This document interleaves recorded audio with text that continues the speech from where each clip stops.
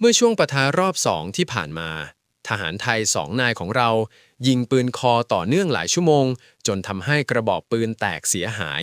แต่โชคดีที่ไม่มีใครได้รับบาดเจ็บเนื่องจากว่าในช่วงนั้นยิงตอบโต้กันหลายวัน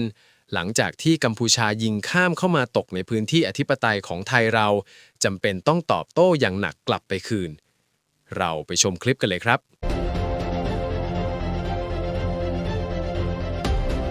ยิงไม่ได้ครับ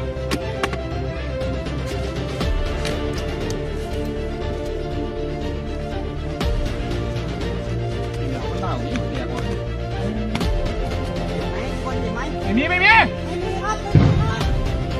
พื้นที่ไม่มีใครเจ็บ